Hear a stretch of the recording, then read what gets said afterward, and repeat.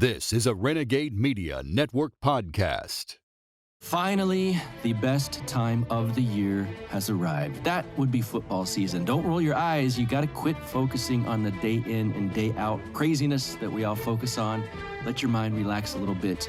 If you love playing fantasy football but struggle to find maybe, the right resource to help you with your research, maybe you keep losing every season, well, I've got you covered. And by that, I mean my sponsors over at Football Insider Edge have you covered. Whether you're a season-long player focused on DraftKings or maybe FanDuel type contests, or if you just like to make the occasional wager each week on a couple of games, make a couple of dollars, the guys at Football Insider Edge provide you with the research tools and the in-depth analysis to take your game to the next level.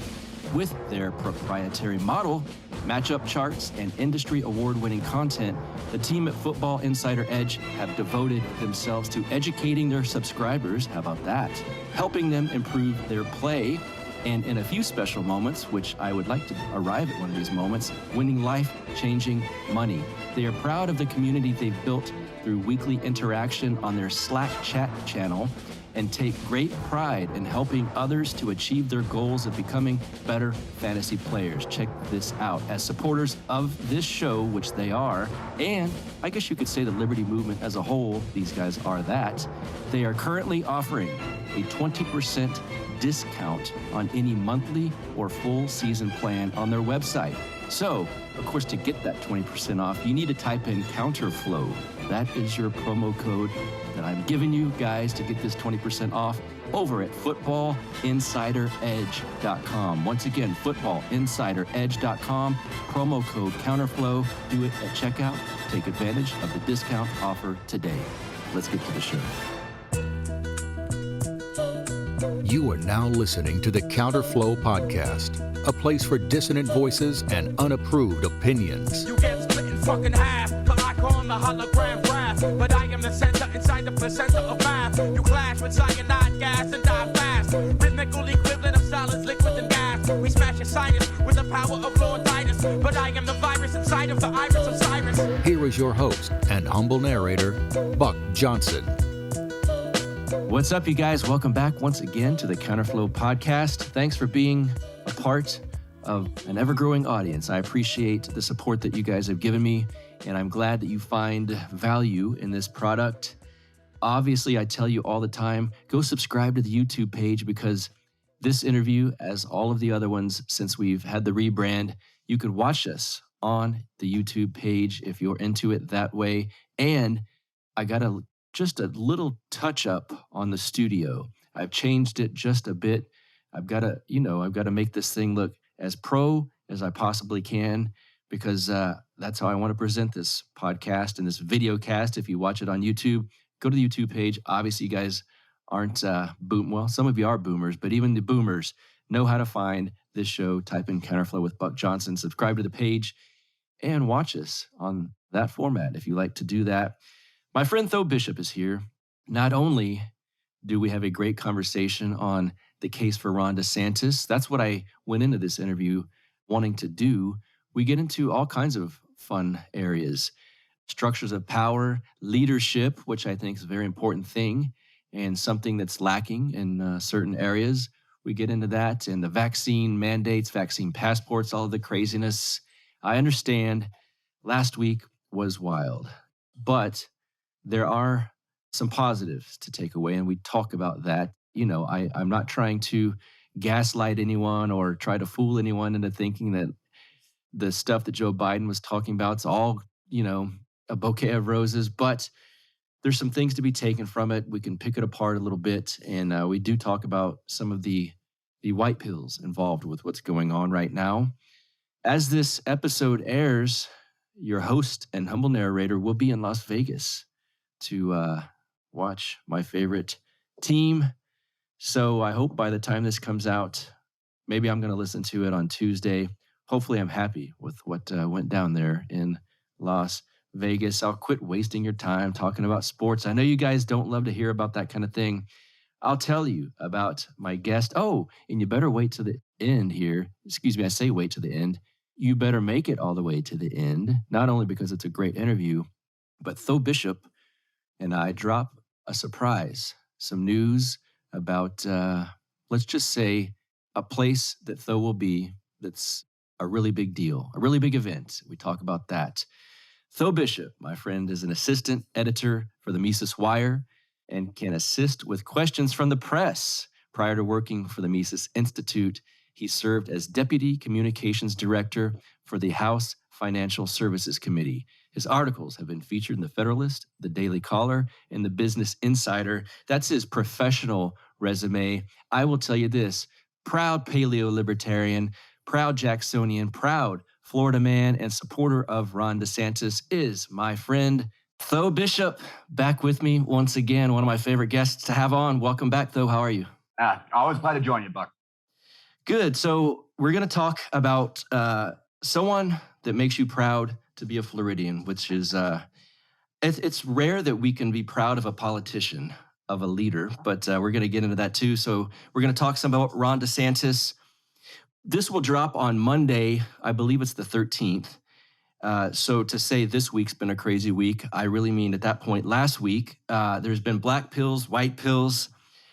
We got some vax mandates nationwide of sorts, and then I've been told by some MSNBC talking heads and someone in the libertarian sphere that don't worry, you can also take tests to prove you don't have COVID. It's not just a mandate. Oh, we could. Yeah. And we had our friend Pete Quinones on Tim Pool's show, which was good to see Pete in front of a large audience like that. Did you happen to see Curtis Yarvin on Tucker Carlson? I've got the link pulled up. I haven't watched it yet. I did just see Curtis on Malice's show, which is always a good time. Yes. But I've not seen that crossover yet. I probably will by the time this airs, but I'm looking forward to it. It's the best I've seen him. You know, some people with his intellect tend to go on a bit and be wordy, and he did do that. It's the least amount I've ever seen Tucker speak, but it was the most concise I've ever seen Yarvin, and I think it was palatable for the folks that watch that show, which is good. Well, where do we start? I saw Kamala Harris discussing that no one will come between a woman and her health choices. And then just shortly after that, I hear Joe Biden say that we all have to get vaccinated. If basically he's doing it through OSHA. Do you know the legality of this yet? I mean, when I first heard it, I kind of laughed and thought, well, good luck. You can't, that's the same reason you can't have a nationwide lockdown. You can't do that. Well, yeah, they're using the OSHA regulations, which has historically been used to regulate things like, I saw some people trying to defend it using like air quality sort of rules and regulations and things like that. Of course, I'm sure most of your listeners by now probably recognize that, constitutionality is, whatever politicians in robes say that it is. So that itself is a kind of secondary issue. I know that you had Cato scholars and some of the Beltway sort of libertarian crowd railing against the constitutionality of it. Of course, I think there's also a connection with this too, is that one of the reasons they feel confident about it is because of how many of these corporations are already on board with coerced vaccination policies in general. And so it's kind of a leaning in there. And this provides kind of in a way, a blanket, a cover for some of those corporations, possibly. Of course, this goes to the longstanding relationship between, as corporations, often serving as an extension of the state in this regard. Yeah. But yeah, I mean, they can always, we've seen the Supreme Court uphold even more torturous readings in the past. And so again, I have no faith in any sort of legal option in this. If there is any pushback from the courts, it's going to be a direct byproduct of the political environment. But yeah, it's the hypocrisy here. Of course, I mean, again, it's there's only so much the value of pointing out the hypocrisy here, but again, the how quickly we have gone from again the very same people on these very same platforms talking about how this is not a good way of handling vaccines to the amplification here. I think one of the best, Jordan Shatnell, is a journalist here in Florida. His take on this, I think, is one of the more interesting ones about the rationality why, is because that this, more than anything else, more than simply a heavy-handed nature and more than simply the obvious divisive tactics here of trying to blame the unvaccinated as the chief villain in civil society now, that there's some front running in this to concerns about how the Delta variant and some of these things are going to impact northern states in the future, the same way that it's impacted places like Texas and Florida here in the Sun Belt, dealing with air conditioning behaviors and things like that, and internal, and so this is kind of a way of preempting some of those PR nightmares that they were expecting later this year. But yeah, it's quite. Biden, I think, has amplified this toward to even ways that perhaps would not have been imaginable just a couple months ago, where it seemed that there was kind of perhaps some sort of decline to this era of COVID tyranny. Does it seem at all like, I mean, one white-pilled, optimistic way of looking at this, I've heard some people say, is they're kind of in their death throes right now and just swinging for the fences, anything, throwing whatever against the wall, see what sticks. Do you get that vibe at all, or does it seem like the same kind of tyrannical machine pressing forward and seeing what they can do? I personally, I side with sympathetic to that interpretation of this. I think that the federal regime is a big, stupid bully, and I think that, and not just kind of this typical libertarian. So, often the federal government is a big, smart bully, and the way it handles some of this stuff in the past. I think that there is a tinge of desperation here. And I think that there's reasons to find a lot of white pills within it.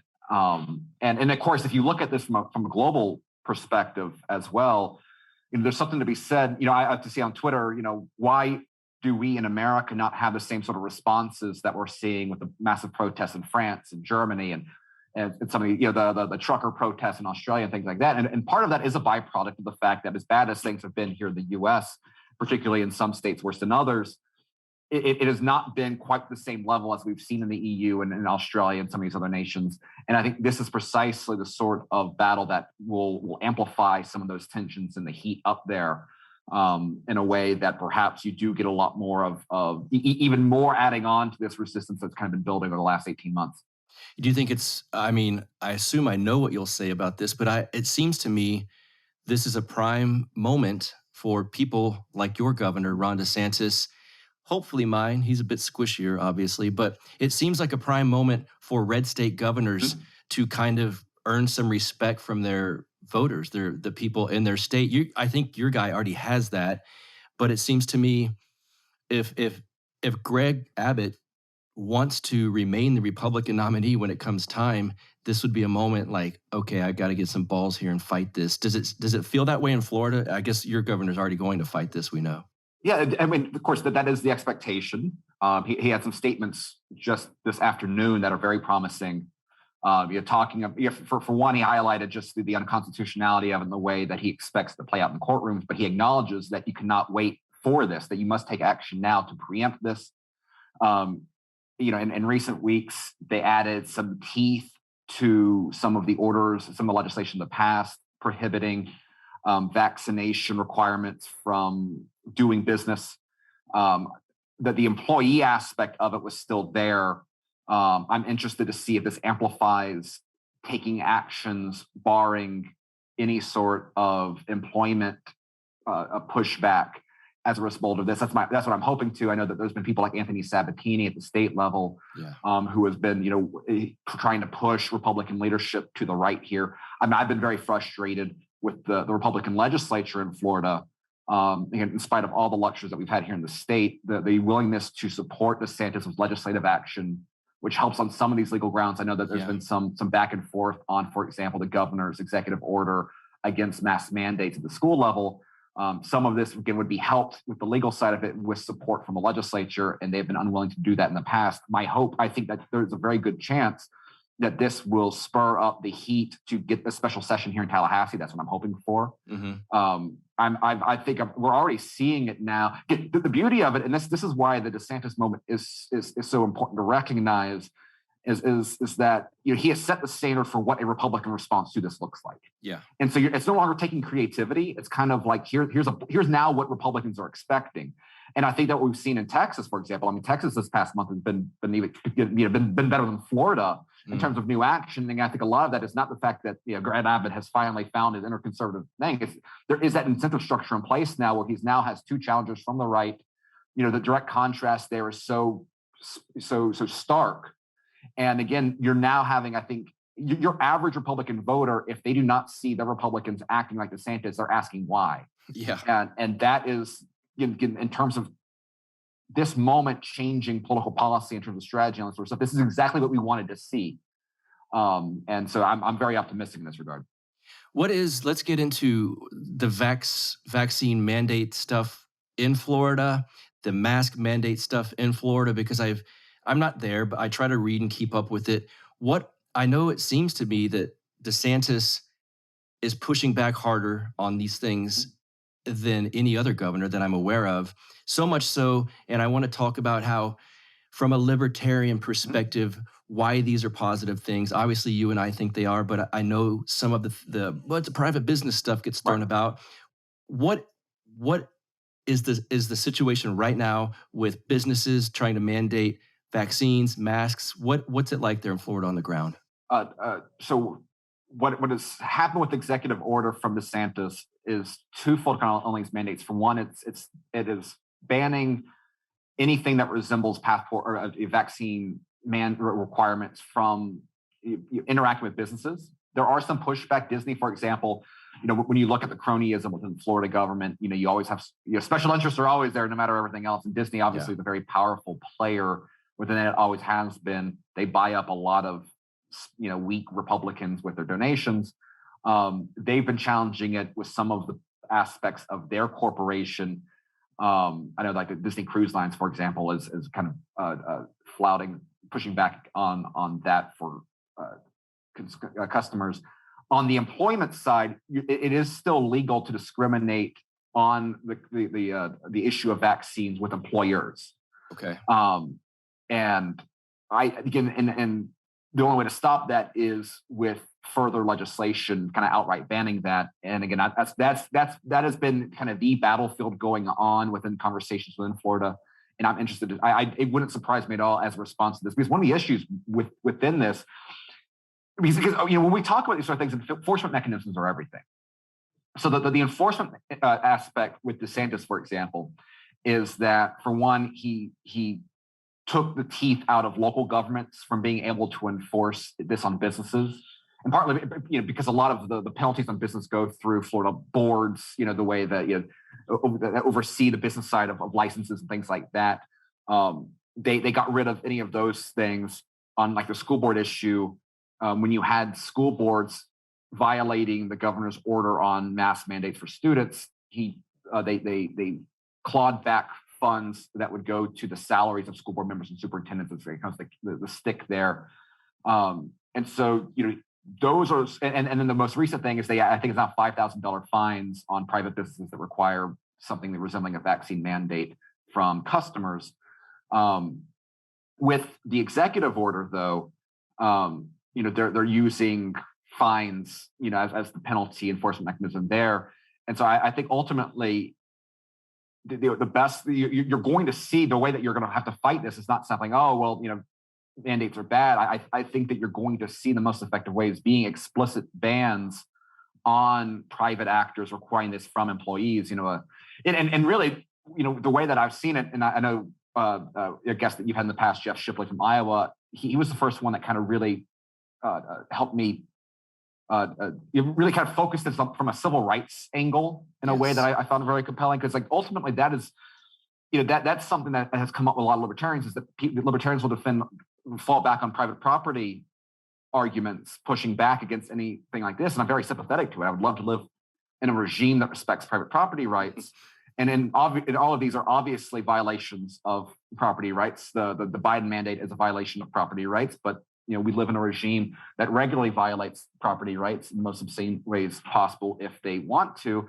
And so within the civil rights environment, which is what we have to recognize that failure to wield civil rights approaches protecting individual rights of political dissidents, which you can use to define however, whoever is on the outside of the power group,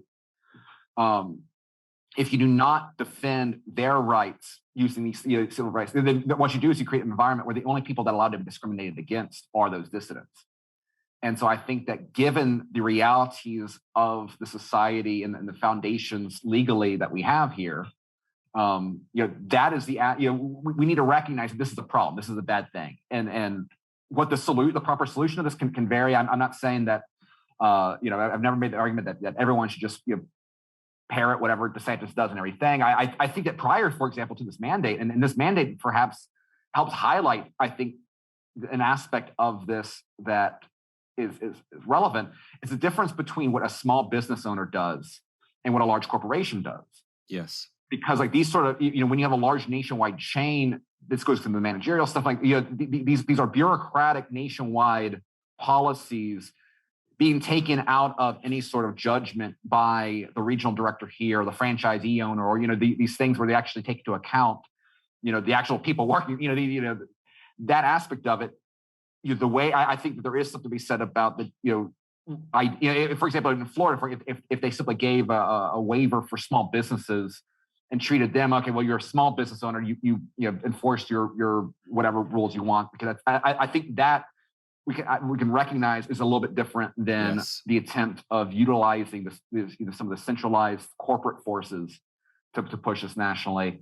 And so to the degree to which we have other states out there wanting to play around with some different models, great.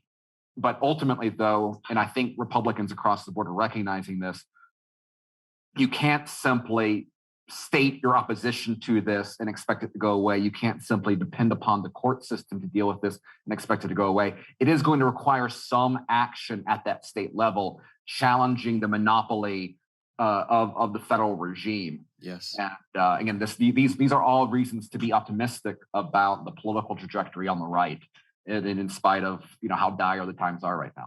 Yeah, there's at some point, and I've been guilty of this.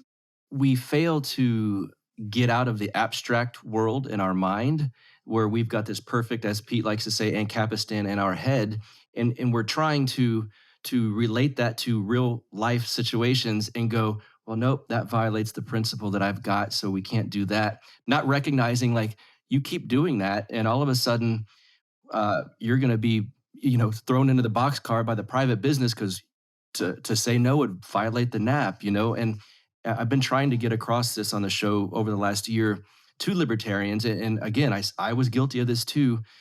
The real world versus the one in our heads. Sometimes you've got to champion a good person wielding power against bad people. And it seems like some within the Republican Party are finally starting to see that. And Sabatini, you mentioned, he sounds like one of the better ones there in Florida.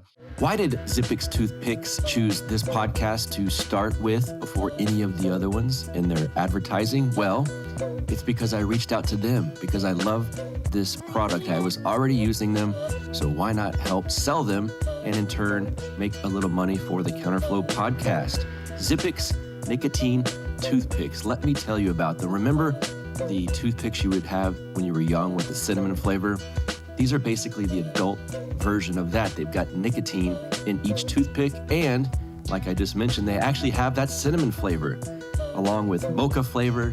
Peppermint watermelon is very good, and I really love the Spice Island clove flavor. And so if you're trying to kick the nasty habit you may have, or the stupid looking vape habit that you may have, this is the best and cheapest alternative. Not only cheapest, but think of it this way. When you need that nicotine fix and you're on an airplane because everyone's flying again now, right? Or you're at a restaurant because now restaurants are open again. You don't have to wait until you get to your destination if you're on vacation. You don't have to get up rudely and leave the table if you're at a dinner. They're toothpicks. You can have them anywhere. No one cares. And like I said, if it's after dinner, you can actually use the toothpick function of it as well. So go to zippixtoothpicks.com and enter promo code Counterflow for 20% off. Once again, zippixtoothpicks.com, promo code Counterflow. Let's get back to the show. Do you try to get this message across to libertarians? Do you find the good ones already know this? Are libertarians a lost cause with this, specific issue? What do you try to do in this realm to kind of get this message out there?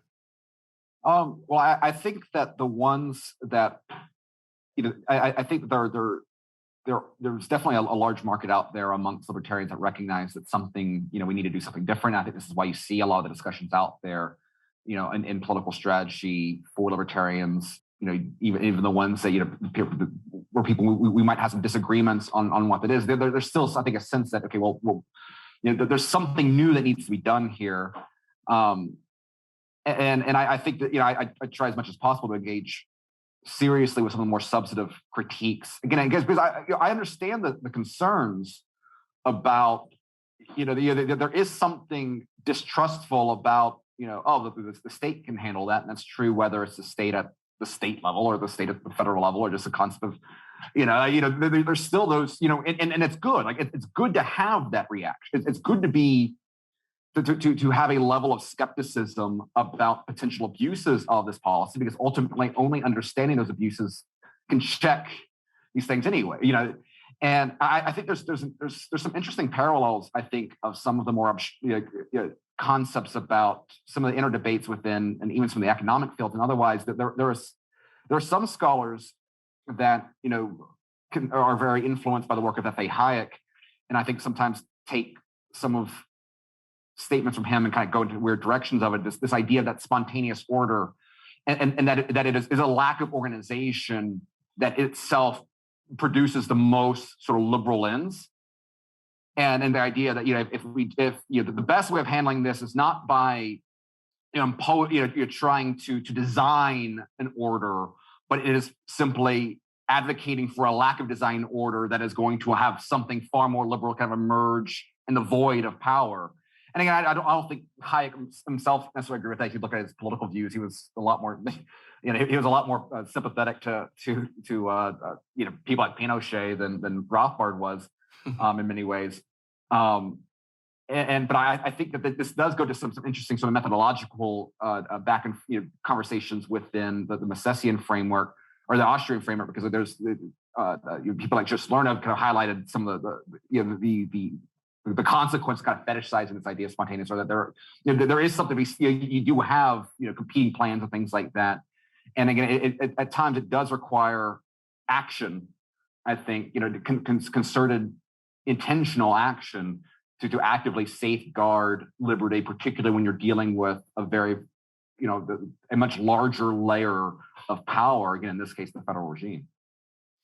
Let's just to kind of, in case people don't understand what it's like to be living where you're at, and because I want to ask what DeSantis has done that's allowed you to live the life that you've been living the last 18 months, because sometimes I see critiques of him, kind of cheap shots thrown his way, and I almost sound like a leftist saying this, but there's this almost like privilege, almost like a slave privilege that you can have living in New York or living in California. And it's like, well, easy for you guys to criticize DeSantis. You've been locked down for 18 months, so you don't know the difference. And it's like, I mean, you could vote with your feet. Maybe you're okay with how life's been for the last 18 months in a bad state like yours.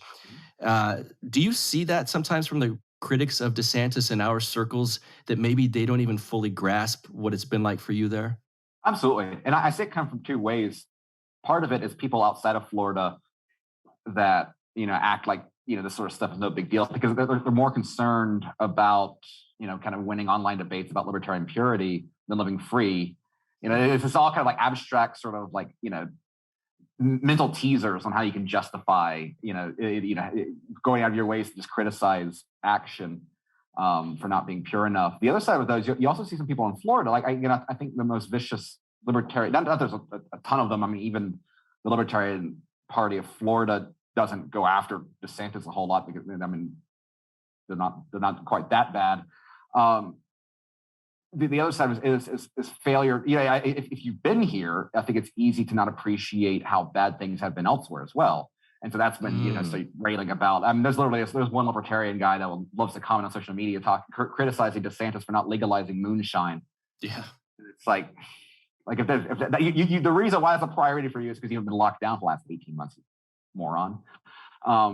And so I think it's something you have to experience. Again, for the most part, I mean, really since June of last year, my life has been unchanged. And again, the important thing as well is that it's given courage. That the reason why some of these more heavy-handed aspects of it, like going against home rule, for example, with the legislation that some of these blue cities can do with the restricting what school boards can do. I had a conversation with a Republican school board member here. It was very, it was a good one. It was a substantive one. I mean, he was basically arguing that, isn't it hypocritical for the Republican Party to praise restrictions on this because it rejects home rule, and that's the federalism that Republicans advocate for, yada yada yada. And the point that I made is that the mistake is that it's ridiculous to act like any school board in Florida is doing their own policy work. Right. They're looking at the guidelines prescribed by a federal agency. Yeah. If there's anything that has to do with population, any sort of variables there, they just plug it in for the district and using that as the rationale. It's a way of bypassing Tallahassee's basically health administration in favor of the federal one. And it's like, so I don't buy this at all, particularly in some of these districts that are Republican. It's just there's just such there's a cover your ass aspect to this at both the state level and the corporate level.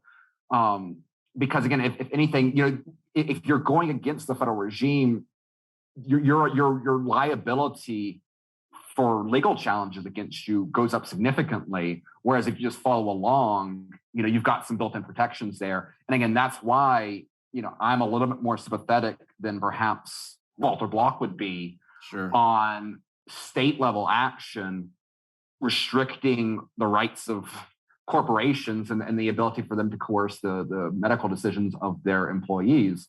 Just because the realities of the power structures that currently exist.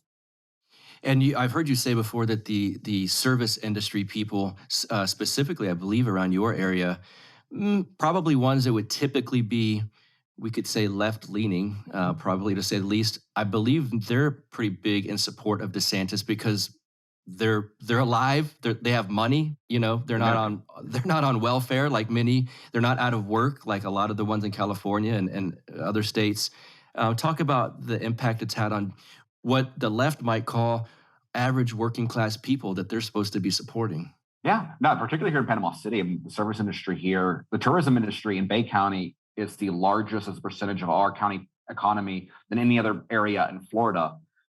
Which says a lot considering what Florida is known for, and the service industry. If you're a waiter on the beach right now, I mean, you've been making more money this year. I know. I mean, there are restaurants here that have made this is the best year they've ever had because of how many bodies that we've had coming through here searching for freedom. And again, these are people that are not ideological voters typically for the most part at all. If anything, it's a generation of workers that they get a lot of their information from Reddit as kind of an aggregate, and so it's kind of just baked in. There's a little bit of the just sort of the culturally left aspects of the modern generation. And they love not being locked down. I mean, there's an appreciation there. And again, when this broader political realignment, whatever the cliche terms you want to talk about, the working class turn for the GOP, I think these are the sort of things that are really playing to that advantage and twisting here. And I think that increasingly, the people here locally that have been the most radicalized on this issue are not necessarily standard raw activist types, sort of people that are going to be pounding the paper for constitutional carry or really good causes. But that's not where their priorities usually are. It is very successful business owners, here locally. It's physicians that are talking out, speaking out, and now being threatened for it. I mean, there's a dermatologist here who has they've had people trying to go after him at the board level to silence him because he's been, very strong on this issue, pushing back against the regime's narrative. The mobilization of that kind of upper middle class business owner aspect to it is something combined with the aligned interest of, again, particularly service industry workers. Because when you drill down on where are the areas of what are the demographics that are the least vaccinated right now? I mean, these are typically it's not simply generic Trump supporters. I mean, it is a demographic that is usually not the country club types of the Chamber of Commerce types, and I think that again, the way that continues to play out in terms of political power dynamics, these are all parts of a much larger narrative that is very interesting. Is he winning the hearts and minds of the LP type people in Florida? Do you? I mean, I assume you interact with some of those. Do they have critiques against him? Are they fighting him generally? Are they more sympathetic to what he's saying? Are they going to maybe not run someone against him? What's the relationship between the LP Florida types and their feelings with Ron DeSantis and what's going on? Yeah, I think that the only people that are actively criticizing DeSantis outside of are they are capital L partisans. Okay. They are the essentially the libertarian equivalent of Sean Hannity, right? I mean, there is no original analysis there outside of loyalty to the brand, which is fine. I mean, that's part of any institution. You have had some types trying to hit DeSantis on the employment issue, but again, it's at this point you're intentionally not trying to get it for the purpose of boosting your Twitter following on libertarian circles, which whatever. At this point, it would surprise me if the LP runs someone against DeSantis. Again, if they were smart, they would find a way to actively endorse him to try to actively support themselves on this. But I'm until they go from actively just not attacking him to actively trying to be allies. I don't think there's much. I don't care enough about again just generic pot shots at Joe Biden is very different than actually trying to do something here in the local level stuff. And if you're actively trying to distance yourself from DeSantis, then your priority is this gatekeeping your own little social institution rather than actually promoting liberty in the state of Florida. And that's your priority. I just don't find that stuff very interesting anymore. Have you noticed a red pilling of sorts on the, as you like to say, the average Republican voter in Florida? Because I often use my parents as examples, and I've definitely noticed it from them. But I think that was a lot due to Trump. Maybe it's different locally there with DeSantis voters. But for instance, my mom, I had lunch with her the other day, and she's talking to me about the frontline doctors. I forgot what, something like that, Frontline Doctors Coalition or whatever. And she's talking to me about ivermectin and how to get it, and which doctors and which websites you can find this on. And it hit me. My parents seemed more red-pilled than your average libertarian from Cato, or certainly Reason. As you've probably seen, those guys are driving me crazy lately. You've got Robbie Suave promoting kids getting vaccinated. All right, just the easiest thing to do, open back up. And I sat after lunch with them. I thought, how is it that now in 2021, my MAGA parents are more red-pilled than your average LP member? It's nuts. I assume you see that there? Oh, absolutely. And I've seen this for a while now with the sort of people that attend Republican functions. I think one of the things that's I've noticed more and more so are people engaging in political conversations that have usually not, like I've always had you kind of tell their political instincts just from usually from their lack of signaling on whatever social media trend the left is putting up these days. But particularly the ivermectin issue, the amount of people I saw kind of just vocally attacking the corporate press for being enemies of the people as they are, in light of the Joe Rogan story and things like that. Again, you're seeing the radicalization of Republican activists and on one side, and then the radicalization of nominally non-political people into becoming Republican activists. It's something I've seen a lot here, again, particularly and I think it's going to only continue here where I'm from.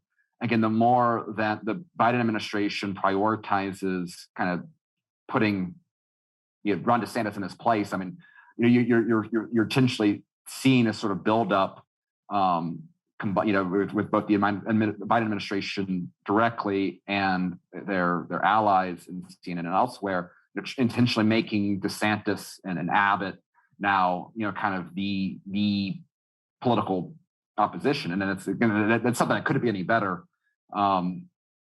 If the Republican opposition at this point was nominally led by Kevin McCarthy, America probably looked a lot more like Australia than it does right now.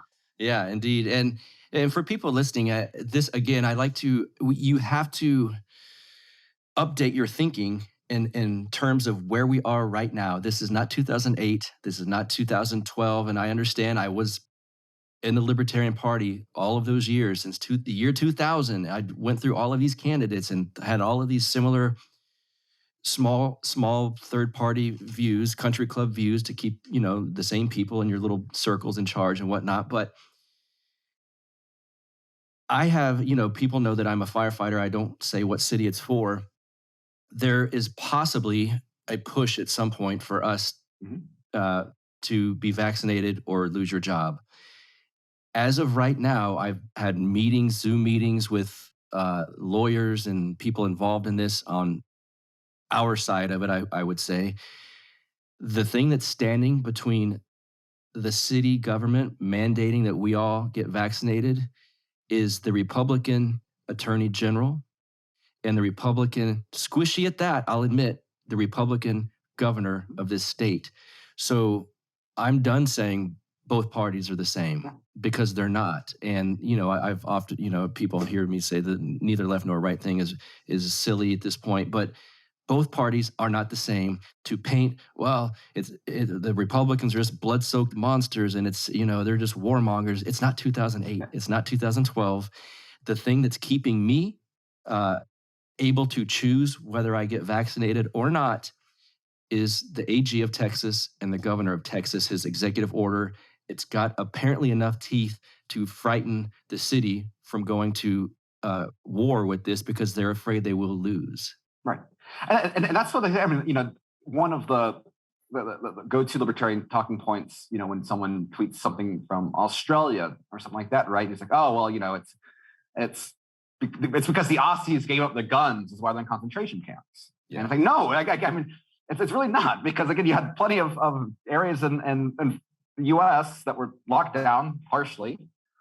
People put out of work, businesses destroyed with armed Americans that didn't stand up. It's this romantic idea that, oh, well, they're just going to push us too far, and that the American remnant is going to. No, there's institutions of power, political institutions that check these sort of things, and we've seen in the past. I mean, the federal government will get away with whatever they can get away with, and ultimately, again, elections really do have consequences in this regard, and that is something we have to take very seriously. And the problem is that there's a lot of libertarians that they view libertarianism, I think, fundamentally as it's kind of its own, and understandably so. I don't mean this dismissively or trying to take a hot shot, but their libertarianism is kind of its own view of critical theory. Yes.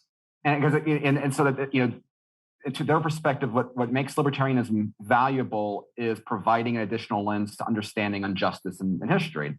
And then there's a lot of validity to that ask. You have Rothbard's liberty versus power sort of a lens that he does with his American historical analysis.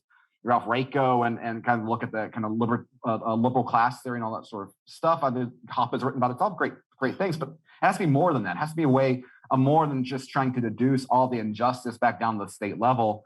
Often, since a lot of people that push for that kind of use it as a way for promoting some sort of egalitarian narratives anyway.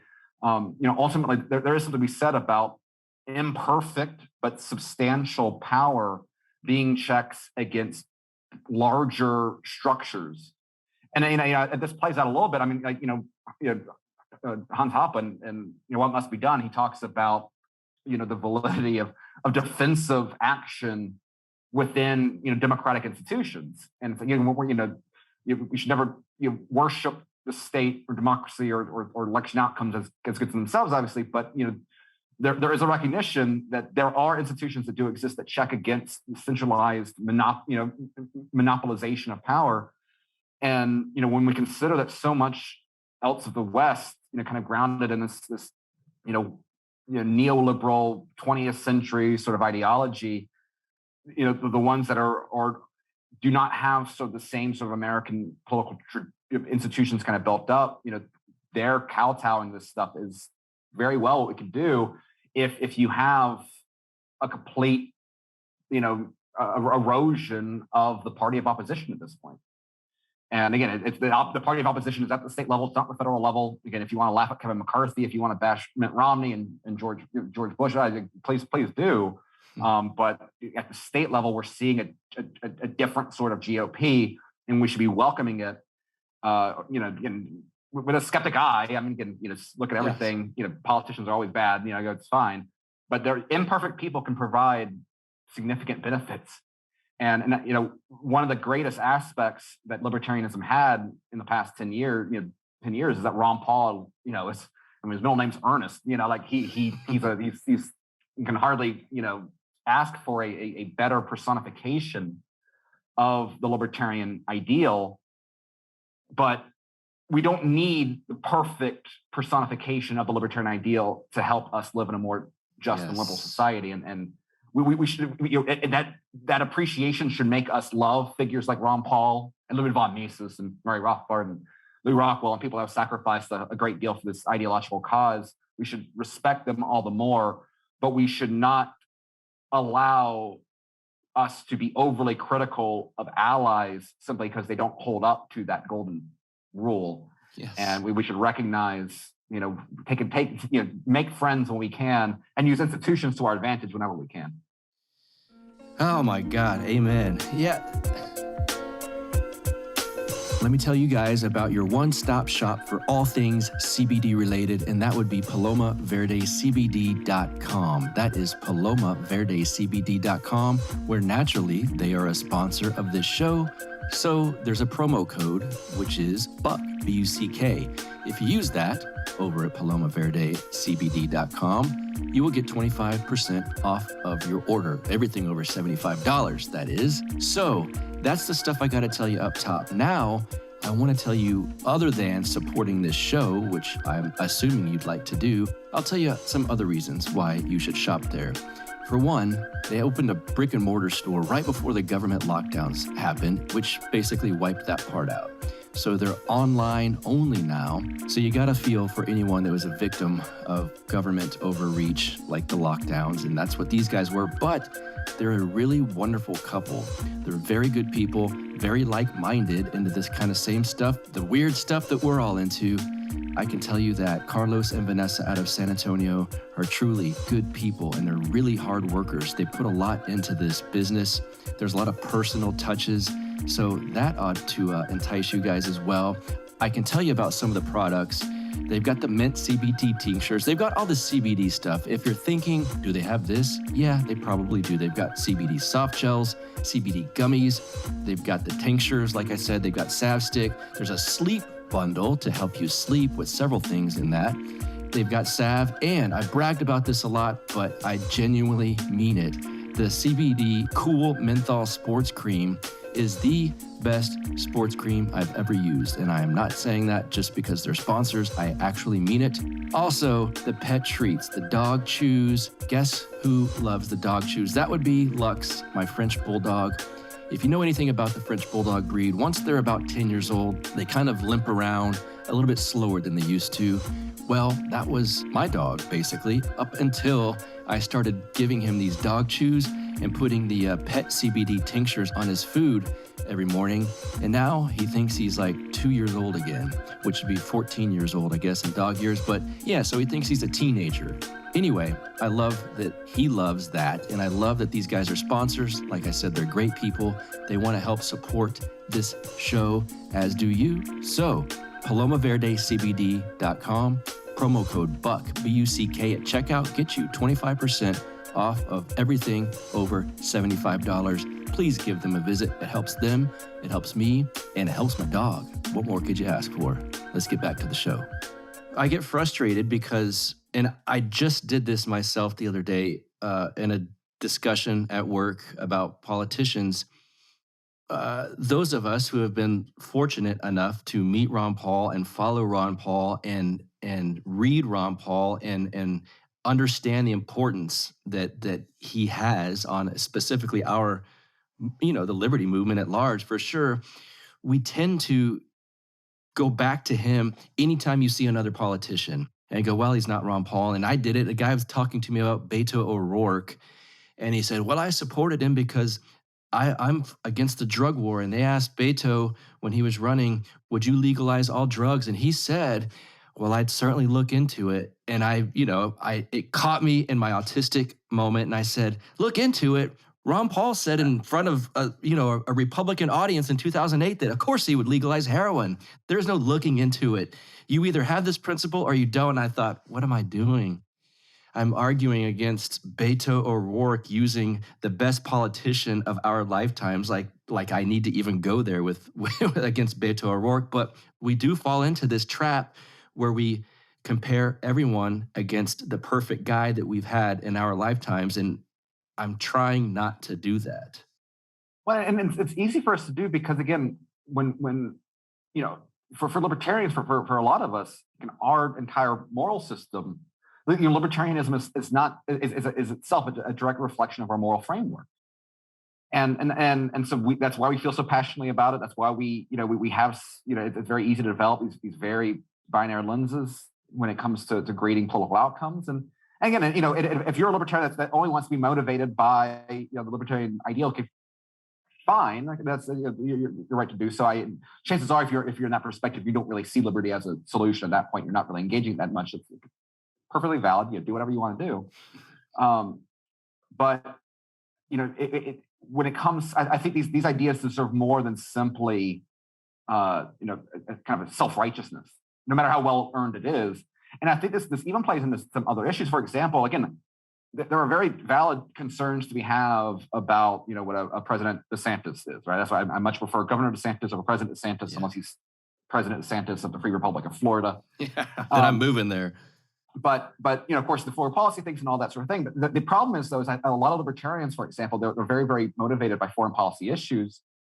And a lot of them, not all, a lot of them, there's a lot of people that are very, very knowledgeable and well-read in foreign policy literature and whatnot, but most of them, their response to kind of war questions and foreign policy concerns and national security concerns is purely kind of a moral reaction. Yes. Right? War is bad. Taxation is stuff. And again, I'm not arguing the morality. I'm not saying you shouldn't hold those views. I generally agree with them. But there's so much more besides some of the moral argument. And so, for example, this is a conversation that I've had a lot with Ryan McMakin, who reads a lot of foreign policy material. There's entire traditions of foreign policy experts that are not ideologically libertarian that engage in, that are experts about these specific, tension points, that are experts on, the motivating factors between hostilities between Iran and China, or India and China, and the way that could play out in the war game scenarios, and can make self-interested arguments in terms of international relations that promote non-intervention that goes beyond simply a moral aspect of it. And I think that once you get beyond libertarianism as that sort of moral framework of the world, and you allow that to help, again, you provide the guide, but then you go more seriously into the literature and some of these other disciplines.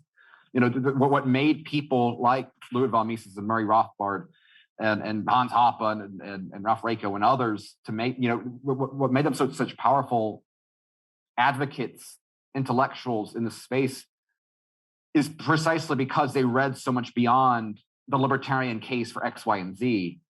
And again, what you end up finding is that there's a lot of great material outside of our framework that supports our side of things if only we engage with it. And there are a lot of potential allies that we can agree with on 8 out of 10 issues if only we engage with them with respect. And again, so long as that is your priority, and actually living in a freer life rather than winning debates on Facebook. I think that was an old Cliff Maloney line, maybe. That's a way of living freer, and that's what I'm for.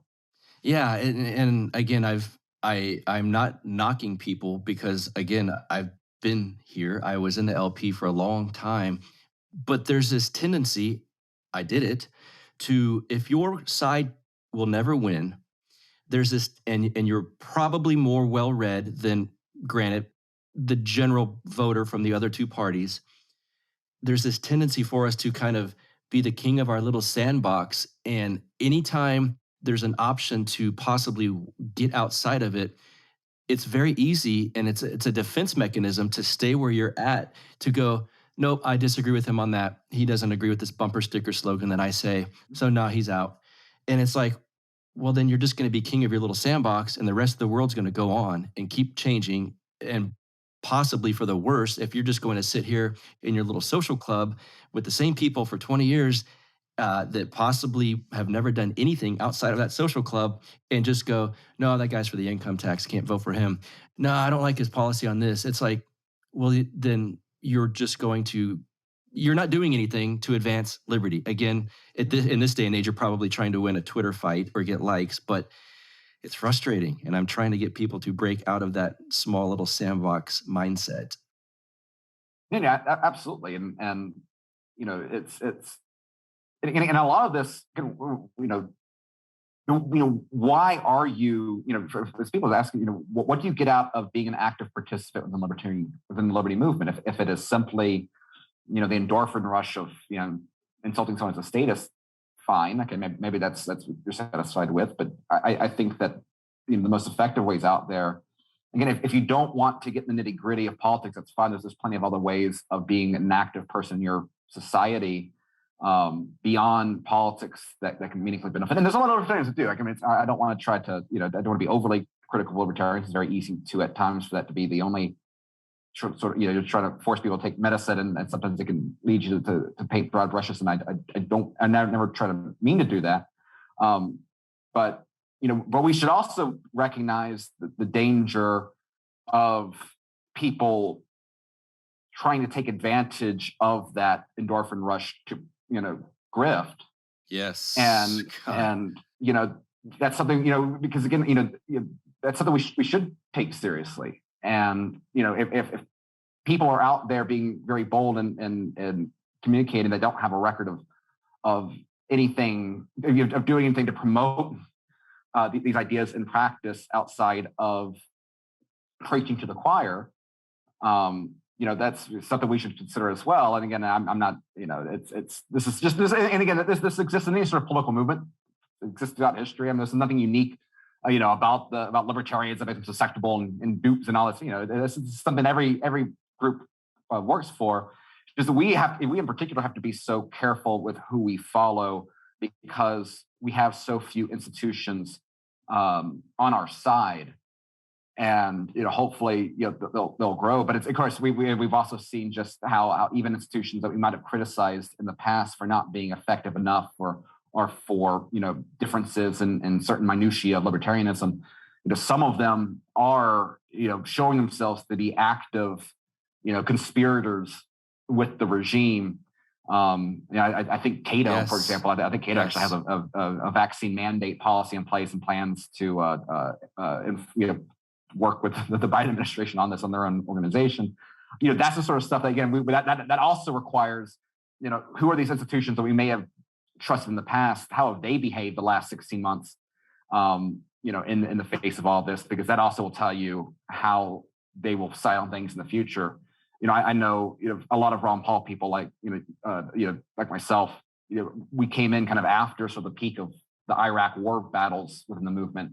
And it's always kind of easier to look, in hindsight and perhaps be a little more forgiving to discrepancies here and there, even for something as horrendous as the Iraq war. But like, you can even see, when we see it once again play out in front of you within the movement, you recognize why some of the hostility that has existed in the past in the movement exists. Yes. And why projects like Liberty Unity and if only we could just get along, libertarians could save the world. Well, there's perhaps very, very good reasons for not getting along in the past, and I've come to appreciate some of those things a little bit more the last year and a half. Yes, and you and I are both obviously very sympathetic to the Mises founder Lew Rockwell, and so anytime organizations go after him, it kind of sends more than a small red flag up to me.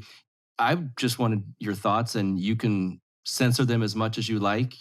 You don't have to represent any institution right here, but overall, is Cato a net negative to the liberty movement? I think increasingly so. Again, there are some good people that work at Cato. I'm not trying to paint a broad brush. I should say before I have interviewed there are some foreign policy people I've had on from Cato, and I respect them deeply. I guess I'm not trying to paint them all with this broad brush, but there has been a lot of people from that organization going after very good people that we respect. So that's kind of what I'm getting at. Yeah, and with conversations I've had with people in the past that work for Cato, the good people within, within there. I mean, they understand some of the hostility to some of the actors. I think that the period of the past decade has been a period of political accelerationism in a variety of things, and I think this is true within. It's easy to see and acknowledge on a larger scale and in terms of national things, but I think it's also true within institutions that are actively engaged within the political process. And I think that what we've seen in the last several years is an acceleration within Cato of the worst aspects of their kind of, it's a goal for, I think it was Koch has the book, right? The market-based management or something like that. There's an element of very serious libertarianism that believes in kind of market-based tyranny. More technocracy, I guess, perhaps would be a better way of saying it rather than tyranny. Kind of skews things to a perspective there. You see this a little bit with like the Tyler Cohen state capacity libertarianism thing. Libertarians, we have to think very seriously about these broad sweeping, ways of regulating, to solve climate change and yada yada. Once they start accepting these narratives, again, it goes, and the narratives can be, the obvious grand conspiracies when the weaponization of government in the name of climate change or COVID tyranny or UFOs perhaps in the future, whatever. The big picture stuff, but then also the cultural issues here. With the Juneteenth debacle and some of those aspects on kind of the pure ceremonial stuff. Again, more and more, if you are trying to use libertarianism to solve the wants and demands and the interests of the concerns of the Washington Post, for example, crowd, rather than the concerns of rural America. I think that often ends up kind of playing itself out. And I think right now, as Cato exists, particularly when you consider the resources that it has, I think it's like a $35 million organization. I think we'd be much better off without having them being kind of the regime approved means of libertarian thought. And particularly with the rise of, again, these anti-regime right-wing and populist institutions. Jim DeMint, former head of Heritage, he has the Conservative Partners Group there has some really interesting people doing really interesting things in policy. I'm not going to agree with 100% of the time, fine. And I think it's also interesting because you also see on the conservative side, there are conservative groups, for example, the Heritage, and these institutional DC groups are quasi-regime, they act anti-regime in the age of Biden because it's easy, but ultimately they will continue to side with the federal state. Those divides there are just as important in terms of identifying, where we should be aligning ourselves as well. And so that's why, Claremont is becoming, the hit, a lot of the hit pieces at Claremont sound a lot like kind of reason-style critiques of the Mises Institute. Mm-hmm. And I think that's what makes this intellectual sphere so interesting, and kind of the realignment there. And I do consider, I think, Cato a net negative. I just wish that it would be great to be able to have an anti-regime libertarian center that could attract the sort of talent that you would eventually want to be staffed in the administration. Yes. If Governor DeSantis wins, a presidency and clears out the entire federal, the peak dream, and then you fill up. You end up needing people within positions that can then perform the necessary policies to rein in all this stuff. The managed reduction of the state, and it'd be good to be able to have kind of a talent pool for that. And I'm not sure, and that's one of the things I think that always undermined Trump, and that's something that some sort of institution that could fill that void in the future would be very, very, I do think it'd be useful, even if it's nominally based in DC. There were some really good people from Cato that were hired to the Trump administration. I do not think there'll be many great people, at least that are popular in the Cato offices, serving Republican administrations in the future. Probably not. I'd be remiss if I didn't bring this up. It got some pushback in libertarian circles. I saw you. And I should say it got some pushback from some of the good people in libertarian circles, as well as the usual bad ones as well. DeSantis's tweet or whatever it was about backing the blue. Yeah. And I'm going to have people, why didn't you ask him about DeSantis saying back the blue? So what is your response? Well, I don't even know that we need a response to the critics on this. What was your thought on the tweet? And then if you want, talk about the critiques you saw on it and what your thoughts are on it broadly. Yeah, I'm as livid as for Ron DeSantis tweeting "I back the blue" as he does when he pledges allegiance to the flag. I mean, okay. Yeah, the idea that for one, it was part of a larger thing of trying to attract law enforcement officers to move to Florida. If I can see libertarian objections to that, fine, whatever. People that you get you're wanting to find tweets. If that's what if everything Ron DeSantis has done in COVID policy, if it's a tweet that you're pointing to saying, "Aha, I found the status." Like, yeah, Ron DeSantis doesn't want to privatize police tomorrow. Like, I'm shocked. And to be fair, though, there are some very substantive criticisms of, for example, the anti-rioting bill that DeSantis signed this year. There are aspects within that policy that I think can definitely be abused. Now, the way that you stop abuse of that policy is never losing power, but that's why having friendly people in those positions of power are important. But there are things in there that's like I don't really like. We'll see how that ends up playing in the legal sphere itself. And so that's one of the things I also think is interesting is that whenever I see a critic of DeSantis trying to take some cheap shot, when I know that there's this line of thought could actually there's something more here you're actually making. Again, it shows how unserious these people are.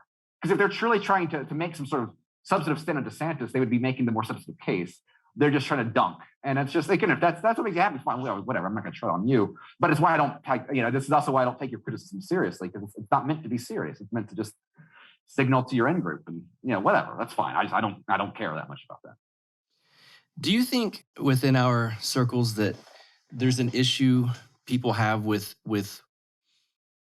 being positive about a leader? And I ask that because I think it's natural within us to look for good leaders. I think it's kind of instinctual in us. I am a lieutenant at my job, so I actually have to lead men and women into situations that obviously put their lives at risk, and I have to understand their needs, their wants, their concerns, etc. I actually have to do this. And so I have no issue with it. I look up to people. You can't be a good leader unless you can be a good follower. And the rank structure within my job, you need leadership. I think it's a great thing. I like hierarchies, as we've talked about before. But I do see sometimes people in our circles, they get kind of a weird feeling when you discuss leadership and, DeSantis is a good leader. And I say him, but I actually think he is. That was one of the first things I noticed about him is like, the guy's a leader and he seems very confident in what he's doing. He seems to be very good at it. And in comparison, Greg Abbott, not so much of a leader. Talk about the way you view leadership, even within politics, because some of us have allergies to say like a politician can be a good leader. So what are your thoughts on that?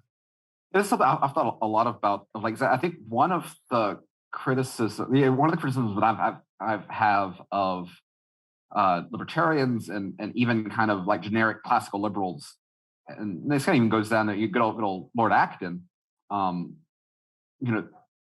There's always been kind of this desire to separate the flesh and blood human from power, right? And so the entire idea, all of the classical liberal government structures have been, how do you create checks and balances enough so that power cannot be abused by individuals? And the problem is, I don't think that it's ever possible. Like, our constitutions obviously don't work. We've seen that with the American experiment. Legal precedents can be discarded. Value systems require, flesh and blood human beings still upholding the values. They can't just kind of be, ceremonial in nature. And so ultimately, what you need are leaders that, the best way to protect your values is to have leaders with power that are aligned with your values. And there's no substitute for that. You can't create a system that takes away that aspect. And so that's why I'm extremely, grateful that DeSantis has been where he has at this time, because the things I like about DeSantis, and the reason why I'm going to go up and beyond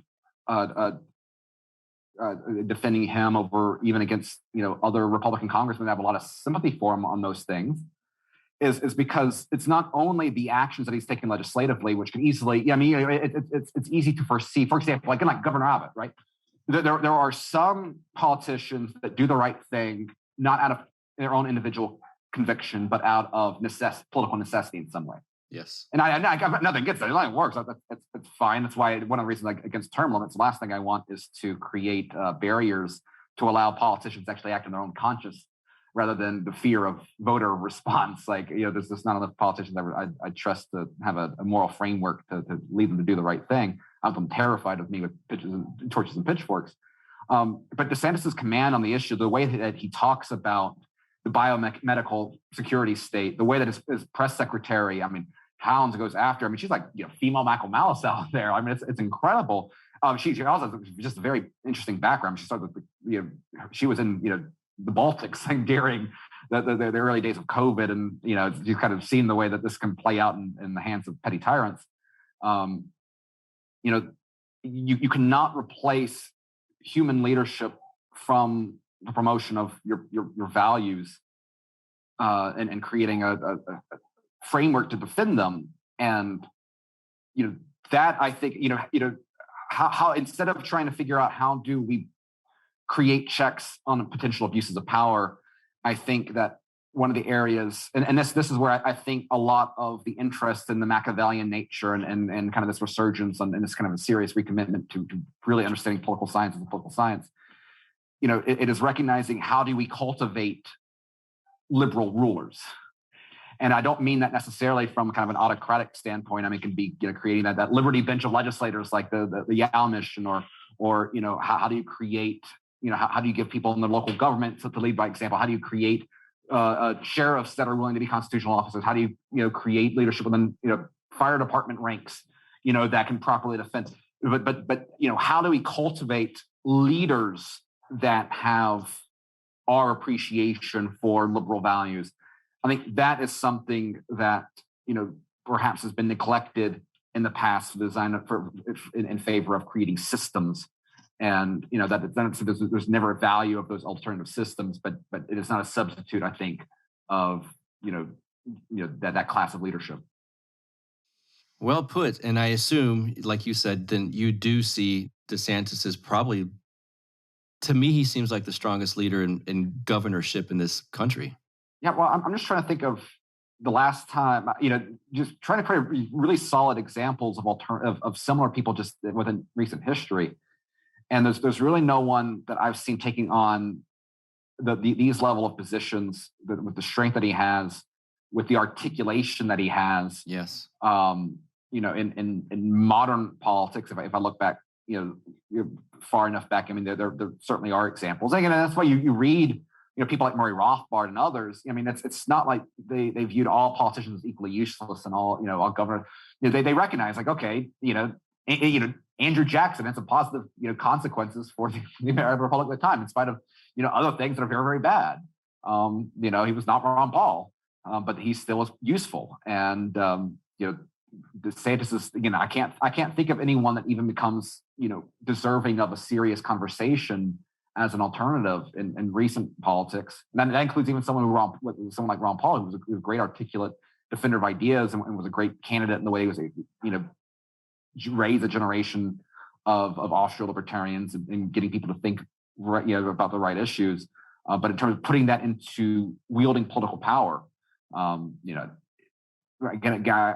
think that the unknowable of the past 16 months, 18 months, whatever, is, Yes.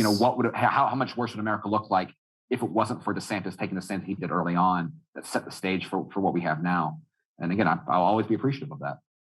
I was going to say pitch DeSantis to libertarians who are on the fence about him, and you can still do that. But God dang, the last sentence you just said, that should do it, in my opinion. But you've got the floor if you've got any other thoughts on and again, this is going to be the libertarians that are kind of on the fence, they're thinking about it.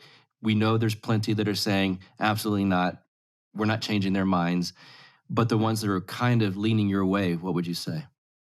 I think one of the things that I've been doing a lot of, last year has really just been reading history, and there's just plenty of things. The beauty of history is you see the same sort of archetypes arise, you see parallels and that sort of stuff. There's and you also see just how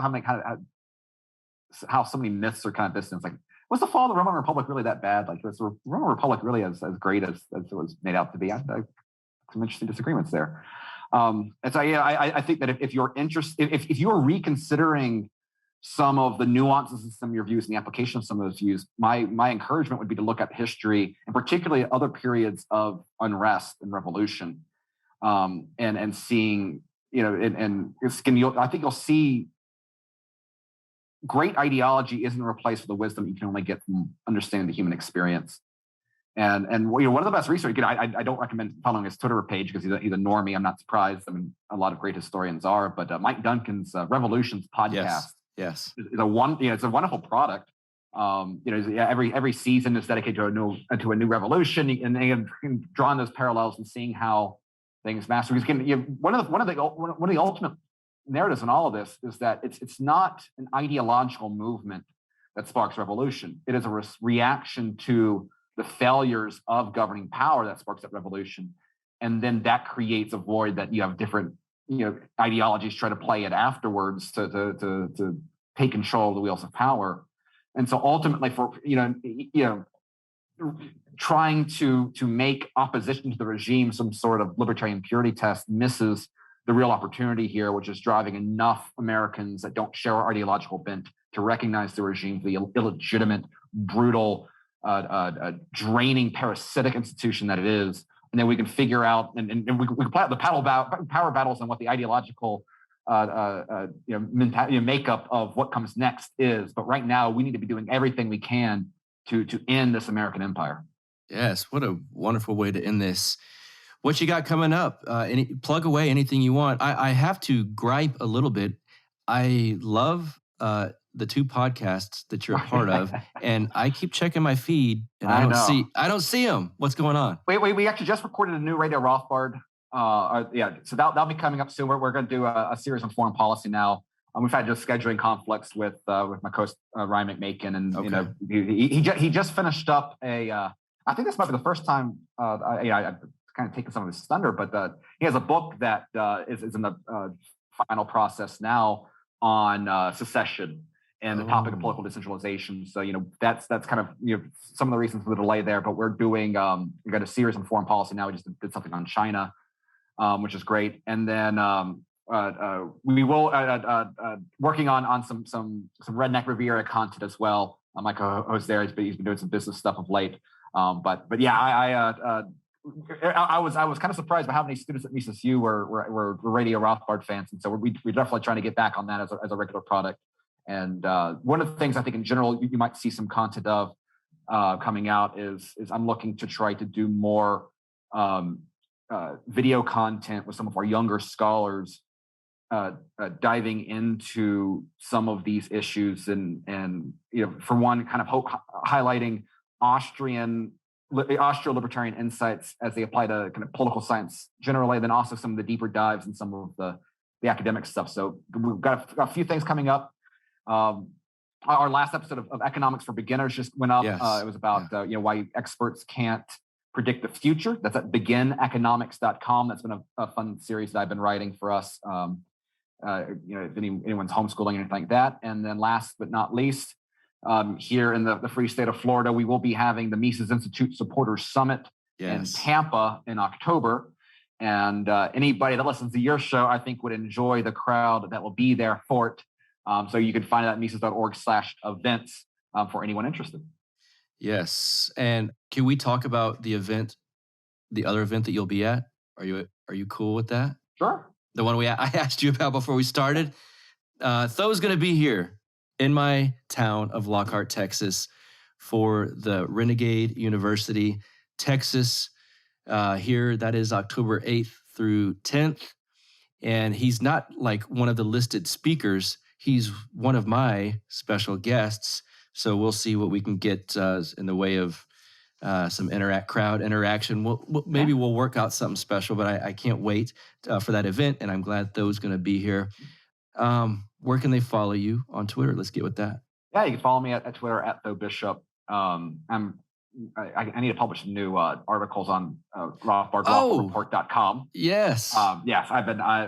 So I need to crank out some new stuff on that. Rothbardreport.com has some of the old paleo stuff. Yes, and more to come. And you can also, if you just use email, you can find me at tho@mises.org if you have any other questions on this topic.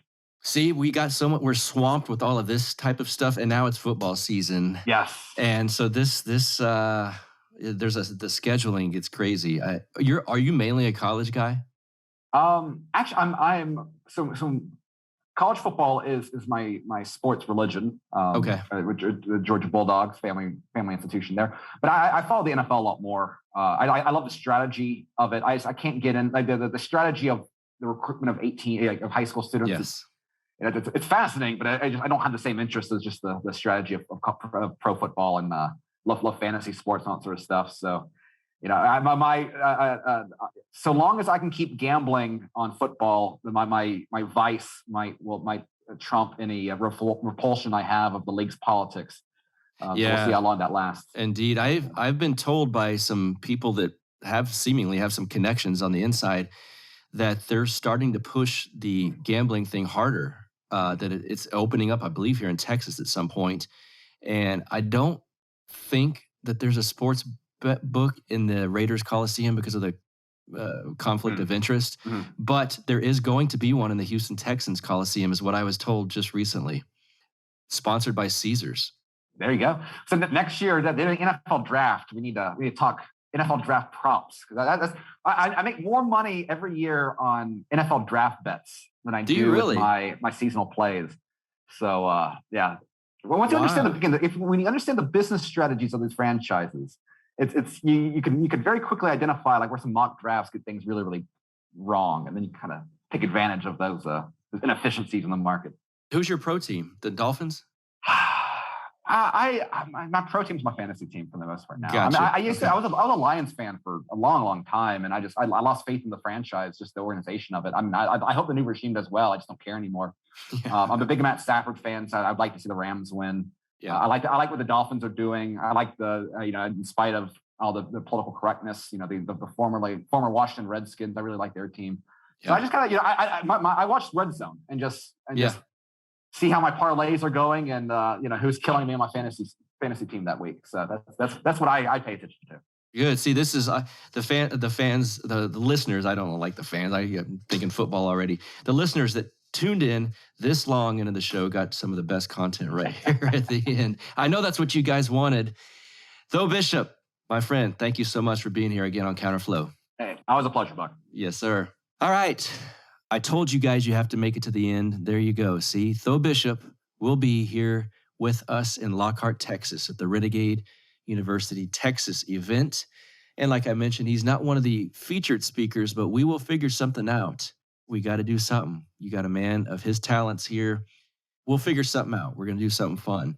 And so you guys, every episode since, I guess, the last month or so, in the show notes page, I link to the way you can get tickets for the RU Live Texas event here at my property. Can you believe that? On my 1 acre property here in Lockhart, Texas. Scott Horton, Thaddeus Russell, let me think, Hotep Jesus, Deirdre McCluskey, Jesus, I can't even think, Cody Wilson.